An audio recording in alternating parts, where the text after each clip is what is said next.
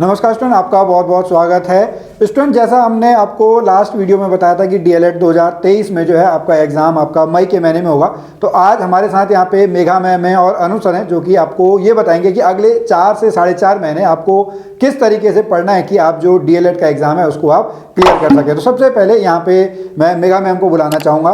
Ma'am, आपका बहुत बहुत स्वागत है। तो स्टूडेंट, जैसा आपको पता है मेघा मैम आप लोगों को यहाँ पे शिक्षण अभिरुचि वाला जो पार्ट है वो आप लोगों को पढ़ाएंगी। मैम ने पिछली बार भी आपका जो है ये सब्जेक्ट पढ़ाया था, तो मैम थोड़ा सा हमारे स्टूडेंट को बताना चाहिए किस तरीके से सब्जेक्ट पढ़ना चाहिए। जी, ये आपका जो 200 मार्क्स का टोटल पेपर होता है, इसमें आपका 50 मार्क्स का आता है ये शिक्षण अभिरुचि। और शिक्षण अभिरुचि टफ नहीं है बिल्कुल भी, इसमें आपके बिल्कुल बेसिक से क्वेश्चंस पूछे जाते हैं, आपके टीचिंग से रिलेटेड, टीचिंग मेथड्स क्या होते हैं, और जैसे कि हमारी राष्ट्रीय शिक्षा नीति भी नई आई, उस पर की क्वेश्चंस भी ऐड हो सकते हैं, लेकिन क्वेश्चन बेसिक ही रहते हैं और बहुत स्कोरिंग है। 200 में से आप 50 में से तो ये काफ़ी अच्छा स्कोर कर सकते हैं, तो मेरे हिसाब से आपको इसको बहुत अच्छे से पढ़ना चाहिए। ओके, बहुत बढ़िया मैम। तो इसमें किस तरीके से उनको डेली पढ़ना चाहिए, क्या करना चाहिए?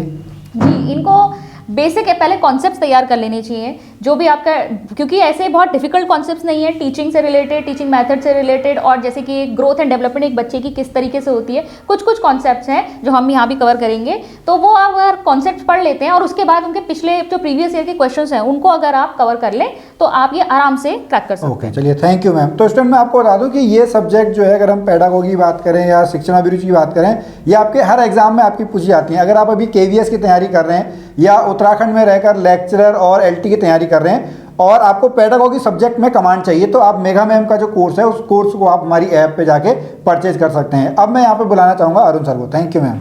अरुण सर, आपका बहुत बहुत स्वागत है। Thank you. तो अरुण सर, यहाँ पे जैसे आपके 2 सब्जेक्ट हैं, अगर हम बात करें 50 मार्क्स की रीजनिंग है और 50 मार्क्स का मैथमेटिक्स है, तो आप 1 बाय 1 करके हमारे थोड़ा स्टूडेंट को बता देंगे किस तरीके से पढ़ना चाहिए या कैसे पढ़ें हम कि हमारा जो डीएलएड का जो एग्ज़ाम है वो पास हो जाए। तो सबसे पहली चीज़ तो मैं यहाँ पे ये कहना चाहूँगा, जो आपका यहाँ पे मैथमेटिक्स वाला पोर्शन है, सबसे पहले मैथ्स की बात कर लेते हैं। तो आपकी जो टॉपिक्स हैं वो तो बिल्कुल बेसिक हैं और आपको पता है कि 50 मार्क्स का आपका पेपर है, तो यहाँ पे टॉपिक बिल्कुल भी टफ नहीं होते। लेकिन दिक्कत ये होती है कि अगर आपका उसमें टच नहीं है, अगर बेसिक टच नहीं है, तो सबसे पहले आपको टच वहाँ पे लाना पड़ेगा। यानी आपको कुछ बेसिक चीज़ें पता होनी चाहिए, जिसके लिए आप वहाँ पे जो यहाँ पे छोटे बच्चों की बुक्स होती हैं, यानी जो वहाँ से कॉन्सेप्ट, अगर मैं मैथ्स की बात करूँ, परसेंटेज है, यहाँ पे हाइट एंड डिस्टेंस है, सॉरी हाइट एंड डिस्टेंस तो मैं नहीं कहूँगा, यहाँ पे स्पीड, डिस्टेंस एंड टाइम वाले जो क्वेश्चन होते हैं, तो यहाँ से काफ़ी घुमा फिरा के क्वेश्चन पूछे जाते हैं। यानी फर्स्ट लेवल पे तो आपको ये बेसिक चीज़ें क्लियर होनी चाहिए। जैसे यहाँ पे बहुत, अगर बेसिक लेवल में बात की जाए तो मीटर पर सेकंड को किलोमीटर पर आवर में कैसे कन्वर्ट करते हैं, किलोमीटर पर आवर सेकंड को मीटर पर सेकंड में कैसे कन्वर्ट करते हैं, तो उसको पूरा प्रॉपर तरीके से नहीं करना है, उसकी कुछ ट्रिक्स होती हैं। कितनी जल्दी आप कर पाओगे, इतना आपको पूरा 200 मार्क्स का पेपर देना है, तो इतना टाइम आपके पास नहीं होता। 150 मिनट में 20 टाइम भी, हाँ करेक्ट सर। तो टाइम की आपके पास शॉर्टेज रहती है, तो आपको क्या करना होता है, चीज़ें वहाँ पे क्विक करनी होती है। तो सबसे पहले तो आपका बेसिक कॉन्सेप्ट क्लियर होना चाहिए, उसके बाद आपको थोड़ा स्पीड अप करना है,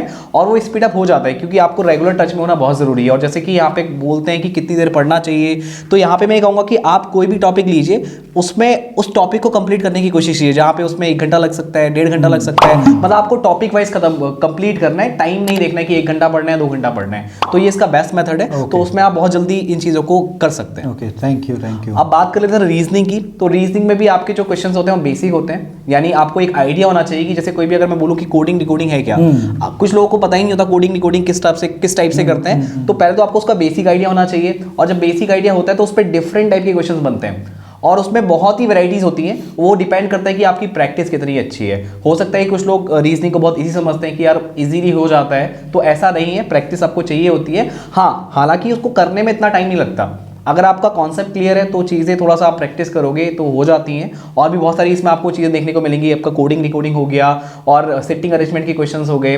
तो यहाँ पे एक बार आपको अगर उसका कॉन्सेप्ट पता लग गया तो बस आपको क्वेश्चन ही प्रैक्टिस करने, और डेली बेसिस पे अगर आप उसको करते हैं, जैसे आपको अगर हम बात करें, यहाँ पे भी थोड़ा टाइम है स्टूडेंट के पास, तो अगर अभी से वो लेके चलता है तो लास्ट टाइम तक उसको कोई इतनी जरूरत नहीं पड़ेगी कि उसको बहुत पढ़ना पड़ेगा। अभी से अगर वो कुछ टाइम निकाले, टॉपिक को क्लियर करे, तो ईजिली हो जाएगा सर। बहुत बढ़िया। तो सर ये अभी यहाँ पे पेडागोगी वाला सेशन जो आपका है सेक्शन वो कंप्लीट हो गया, मैथ्स वाला सेक्शन कंप्लीट हो गया, रीजनिंग भी हो गया।